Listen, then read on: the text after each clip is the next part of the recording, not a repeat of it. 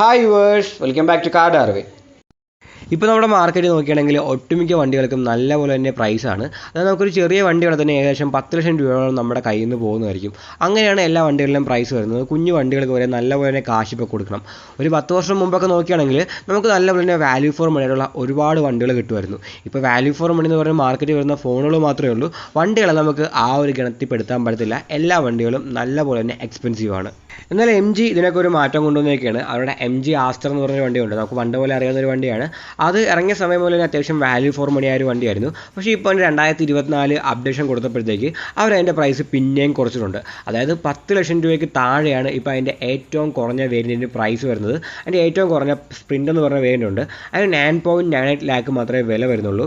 ഇനി automatic variant ആണെങ്കിൽ അതിൻ്റെ പ്രൈസ് സ്റ്റാർട്ട് ചെയ്യുന്നത് 13.98 ലക്ഷം രൂപയ്ക്കാണ്. ഇനി ഏറ്റവും ടോപ്പിൻ്റെ മോഡലുണ്ട്, അതിൻ്റെ വില വരുന്നത് നോക്കിയാലും 17.9 ലക്ഷം രൂപയുള്ളൂ. അപ്പം അത്രയ്ക്ക് ബഡ്ജറ്റ് ഫ്രണ്ട്ലി ആയിട്ടാണ് അവർ ആ ഒരു വണ്ടി കൊണ്ടുവന്നേക്കുന്നത്. അതായത് ഓൾറെഡി ഉണ്ടായിരുന്ന ആ ഒരു MG ആസ്റ്ററിനെക്കാളും പുതിയ ഫേസ് ലിഫ്റ്റിന് അവർ വില കുറച്ചിട്ടുണ്ട്. ടോപ്പ് എൻഡ് വേരിയൻ്റൊക്കെ നോക്കുകയാണെങ്കിൽ ഏകദേശം 80,000 രൂപയ്ക്കടുത്താണ് അവരതിൻ്റെ ആ ഒരു വില കുറച്ച് വെച്ചേക്കുന്നത്. പക്ഷെ നമ്മൾ ഇന്നത്തെ വീഡിയോയിൽ പറയാൻ പോകുന്ന ആ ഒരു ടോപ്പ് എൻഡ് വേരിയൻറ്റിനെ കുറിച്ചോ അല്ലെങ്കിൽ ആ ഒരു ഓട്ടോമാറ്റിക്കിനെ കുറിച്ചൊന്നുമല്ല. നമ്മൾ പറയാൻ പോകുന്നതിൻ്റെ ഏറ്റവും ബേസ് വേരിയൻറ്റിനെ കുറിച്ചാണ്. അതായത് സ്പ്രിൻറ്റ്. ഈ സ്പ്രിൻ്റ് എന്ന് പറഞ്ഞ ആ ഒരു പേര് തന്നെ അവർ ആ ഒരു പുതിയ 2024 അപ്ഡേഷൻ വന്നപ്പോഴാണ് കൊടുത്തത്. ഇത് നോക്കുകയാണെങ്കിൽ ഇതിന് വെറും 9.9 ലാക്ക് മാത്രമേ എക്സ്ഷോറൂം പ്രൈസ് വരുന്നുള്ളൂ. ഓൺ റോഡ് നോക്കുകയാണെങ്കിൽ ഏകദേശം 11.7 11.8 വില വരുന്നുണ്ട്. എങ്കിലും നമ്മൾ ആ ഒരു എക്സ്ഷോറൂം പ്രൈസ് നോക്കിയാൽ മതി 9.9 ലാക്ക്, അതായത് 10 ലാക്കിന് ബിലോയാണ് ഇത്രയും വലിയൊരു കോമ്പാക്ട് SUVക്ക് അവർ പ്രൈസിങ് ചെയ്തേക്കുന്നത്. വളരെ അഗ്രസീവായ ഒരു പ്രൈസിംഗ് ആണ്. ഇതിന് ആ ഒരു വില മാത്രമല്ല കുറവ്, അവർ അത്യാവശ്യം ഫീച്ചേഴ്സും ഈ ഒരു ബേസ് വേരിയൻറ്റിൽ തന്നെ ഈ ഒരു വണ്ടിക്ക് കൊടുക്കുന്നുണ്ട്. ഇപ്പം MG എന്ന് പറയുമ്പോൾ പലരും നെറ്റ് വിളിയും. അതിന് കാരണം നോക്കുകയാണെങ്കിൽ പണ്ട് ഒരു ബ്രിട്ടീഷ് ബ്രാൻഡ് ആണെങ്കിലും ഇപ്പോൾ ഒരു ചൈനീസ് കമ്പനിയാണ്. അപ്പോൾ ചൈനീസ് കമ്പനി ആകുമ്പോൾ ആ ഒരു സേഫ്റ്റിയും ക്വാളിറ്റിയിലൊക്കെ പലർക്കും പല വിശ്വാസക്കുറവും കാണും. പക്ഷേ ഈ ഒരു ആസ്റ്റർ നോക്കിയാൽ അത്യാവശ്യം നല്ലൊരു വണ്ടിയാണ്.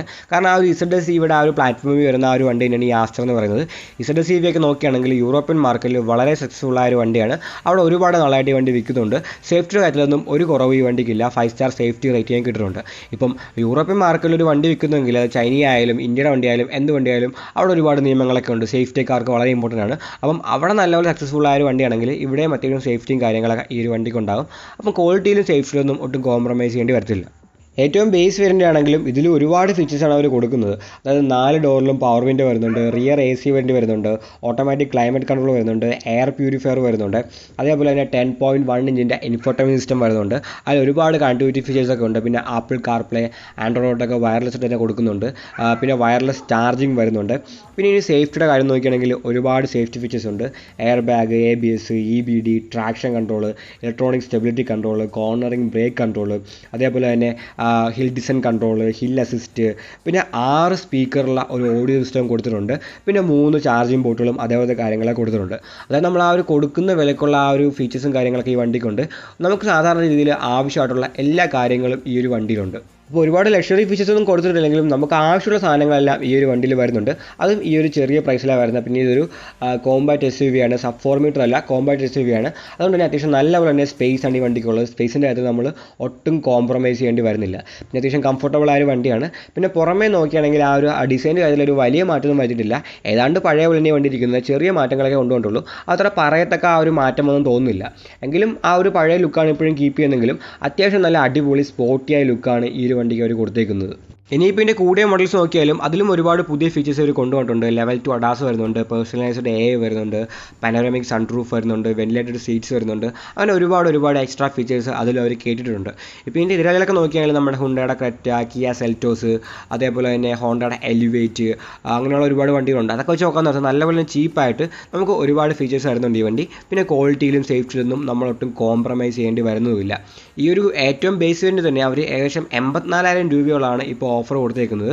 പിന്നെ ഇതിൻ്റെ എഞ്ചിൻ ഓപ്ഷൻസ് നോക്കുകയാണെങ്കിൽ 2 എഞ്ചിൻ ഓപ്ഷൻസ് വരുന്നുണ്ട്. അതേപോലെ തന്നെ ഓട്ടോമാറ്റിക്കും മാനുവലൊക്കെ അവൈലബിൾ ആണ്. നമ്മുടെ ഈ ഒരു ഏറ്റവും ബേസ് വേരിയൻ്റ് വരുന്ന എഞ്ചിൻ നോക്കുകയാണെങ്കിൽ അതൊരു 1.5 ലിറ്റർ 4 സിലിണ്ടർ പെട്രോൾ എഞ്ചിനാണ്. ഏകദേശം 108 HP പവറും തരുന്നുണ്ട്, 144 Nm ടോർക്കും തരുന്നുണ്ട്. 5 സ്പീഡ് മാനുവൽ ഗിയർ ബോക്സ് ആണ് അതിന് കൊടുത്തേക്കുന്നത്. ഈ ഒരു വീഡിയോ ഇഷ്ടപ്പെട്ടെങ്കിൽ ലൈക്ക് ചെയ്യുക, നിങ്ങളുടെ അഭിപ്രായങ്ങൾ കമൻറ്റുകൾ രേഖപ്പെടുത്തുക. ഇനി ഇതേപോലത്തെ വീഡിയോകൾ കാണാനായി ദയവായി ചാനൽ സബ്സ്ക്രൈബ് ചെയ്യുക, ആ ബെൽ ഐക്കൺ കൂടി എനേബിൾ ചെയ്യുക. പുതിയൊരു വീഡിയോയുമായി ഉടനെ കാണാം.